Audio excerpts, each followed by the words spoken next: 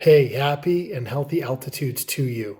So, just the other day, a new food guide pyramid was released, and I've been just reading a little bit about it because I was teaching a class and somebody brought it up. I didn't even know that it was released because it kind of just trickled out. And the comments were, oh, it's terrible. I can't believe red meat is at the top. And it piqued my curiosity because I didn't even know what the pyramid looked like. And I didn't even know we brought the pyramid back. I thought back in 2013 or so, it got removed and changed for my plate. So it was news to me that there's a new pyramid. And so I did a little research and briefly and looked at it. And I thought in real time, why don't we take a quick look at what that new pyramid looks like? And I thought we could jump on the Google and look at the new food guide pyramid and see what it says. Am I spelling it right? Pyramid. Let's look it up and let's see what it says. So, first of all, there's a lot of information. They're giving, it looks like RFK and Rollins the credit for making this. If we recall, Michelle Obama made a new thing called My Plate during the Barack Obama administration. I don't remember what the research was on that. I'd have to go back and look at it. But let's just take a quick look and see. This is the USDA website where I think it should probably, hopefully, be visualized as a document. But it does tell us a few things where the guidelines emphasize simple, flexible guidelines rooted in modern nutrition science. I love that word science, and I love nutrition because we all need it. So it says prioritize protein at every meal. Wouldn't disagree with that. Consume full fat dairy. I'm lactose intolerant, so that might not apply to me. But no added sugars is definitely a good thing to think about. Eating vegetables and fruit throughout the day, focusing on whole forms, whole foods, real vegetables, real fruit instead of taking a pill or drinking it, I think is what they're getting at. Incorporate healthy fats from whole foods such as meats, seafood, eggs, nuts, seeds, olives, and avocados. I think that's pretty cool. Those are all good fats rather than unhealthy saturated fats. Focus on whole grains while sharply reducing refined carbohydrates like candy and sugar, refined sugars, added sugars, which you'll see on the labels. Limit highly processed foods, added sugars and artificial additives. There it is, added sugars. Reduce those. Eat the right amount for you based on your age, sex, size, and what? Activity level. So activity level is going to be a big part of that. And what I noticed on the food guide pyramid is that it's missing that, and I'll explain in just a second if we see an image of it. And then it says choose water and unsweetened beverages to support hydration and limit alcohol consumption for better overall health. Not telling us how much to have or how little to have, but that's helpful. The other thing that's cool here, I thought about how they wrote it out, was that 90% of healthcare spending goes toward treating chronic disease. That's probably pretty true. That's interesting. I'm not going to click on, well, let's click on the link. Let's see what it says. We'll go back to that. Anyway, this is all on the USDA website. If you want to dive further into the science and data, you could look at that. I'll take some time later to do that myself. More than 70% of American adults are overweight or obese, and nearly 1 in 3 adolescents has prediabetes. My master's degree was working with overweight kids, and yes, it is problematic, and a lot of times that actually comes down to lifestyle and parental choices, not just children's choices. Sadly, it might even be a form of child abuse when parents are overfeeding their kids to just make them happy. And then diet-driven chronic disease now qualifies many young Americans, or disqualifies, young Americans from military service, threatening national readiness and limiting opportunity. That actually, that could be true. There are weight limits on some rides at amusement parks and things like that. So that might limit opportunities. It might make it harder to sit in a seat on an airplane. But so I don't see I don't see it here. I don't see the image, but I wish they had it there. It would make it a lot easier. But let's see if it's on here. If I go to the dietary guidelines, oh look, there's broccoli and whole milk and meat, and here it says view the guidelines. So there's the announcement.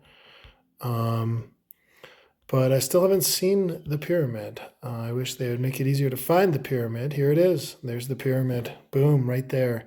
So what I noticed on this pyramid is that, and from what I gathered from what people were saying, they were looking at the pictures, not just reading what the things are, the recommendations are.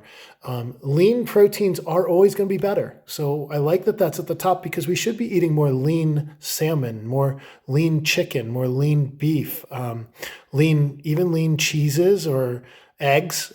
Greek yogurt is on there. That's pretty cool.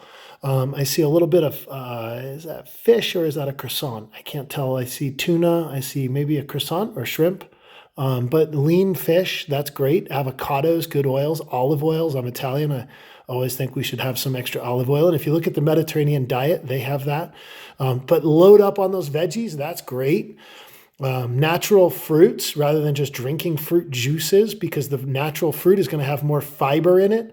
So I think that's cool that that's higher up on that pyramid. And I do think seeing the grains down at the bottom isn't a bad thing, because I do think we overconsume carbohydrates. I would love to see if they had more, like, I don't really see quinoa on there. I can't really tell. I see peanuts and nuts there in the middle. I see grapes. I see maybe that's cottage cheese with something on top. I'm not sure what these things are over here that are like, it looks like, I'm not sure what these are over here. But whatever those are, they look pretty good. And I think that overall, reducing grains, having more protein, more fat, that's good fat, and vegetables, all that stuff does make a lot of sense to me. I'm going to go in and I'm going to try to do some of the research on this, but it is interesting because right here on the website, it talks about the scientific foundation and the appendices. So, that seems like it's pretty easy to click on and figure out what they're looking at here, what helped them create these guidelines. And, without diving too far into this, I would be curious to see if it's all peer reviewed, and that's typically evidence-based, current evidence-based and its limits. It looks like there might be some citations that we could even dive further into to see what that research shows. I think that there's some really cool information here. I'm going to dive into it and geek out a little bit more later. I won't do that in this video, but I encourage you to as well. I see some things here with artificial sweeteners. I see generally regarded as safe, revoked, partially hydrogenated vegetable oils, trans fatty acids. And so that's revoked, which is interesting. Brominated vegetable oil, that's also something that's not natural. So chemical additives and food packaging contaminants is the title of that chart. So this is interesting because if you see these on your labels, you want to probably avoid those. And so some of these things you'll see might or might not be as helpful, but the GRAS over here on the right, you'll see this like whatever they label it here, GRAS status. That's generally regarded as safe. So it tells you it's revoked. Some were affirmed, some were grandfathered. So that's interesting. I think that's kind of cool that they have this in the appendices, because I think that those are all things that us as humans should look at when we're putting stuff in our body, like food dyes here, cherries, cocktail maraschino cherries. Those are always good. Baked goods. Those were affirmed in 1969.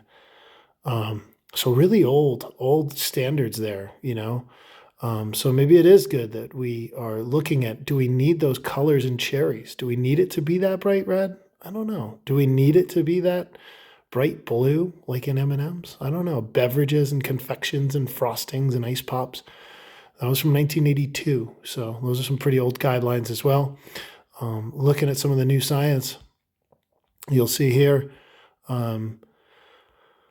some of the different things that they are basing this off of. You'll see things here like most of the evidence linking exposures of these chemicals to adverse health outcomes, including cardiometabolic disorders, cancer, dementia, It's based on observational studies.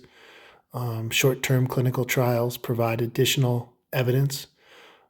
So chemical additives are not good for us. So anyway, I'm not going to spend a lot more time on this video, but I will say it is very interesting to, let's go back to look at how they put this together. They have things pretty accessible here.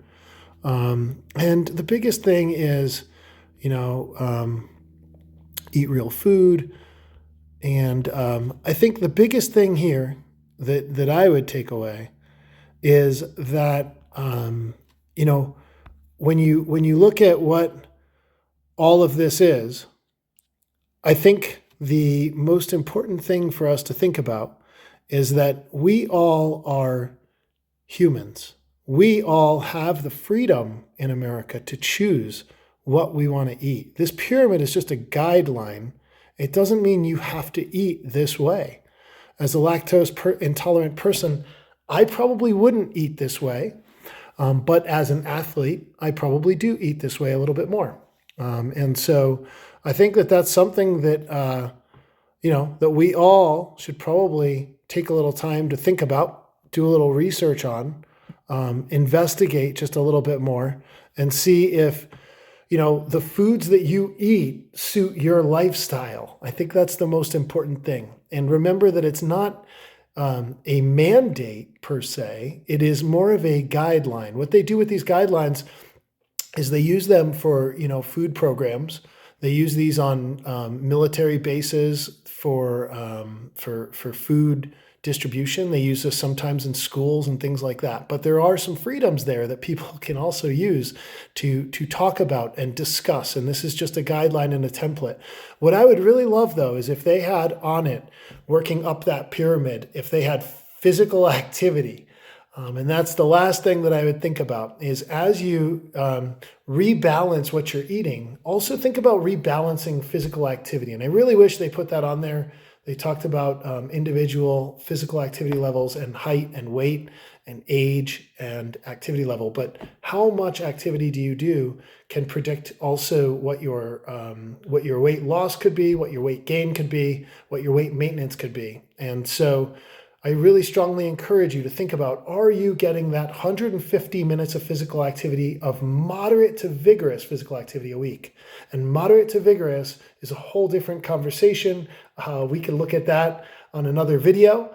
But do consider, is your physical activity going up that pyramid, that inverted pyramid? Are you going up with your physical activity like you're doing with your lean meats, your good oils, your good fats, and your vegetables and fruit consumption? That's the question I have for you. Feel free to comment. Feel free to shoot me an email. But I hope that this helps you think about being active, but most importantly, eating well for your life.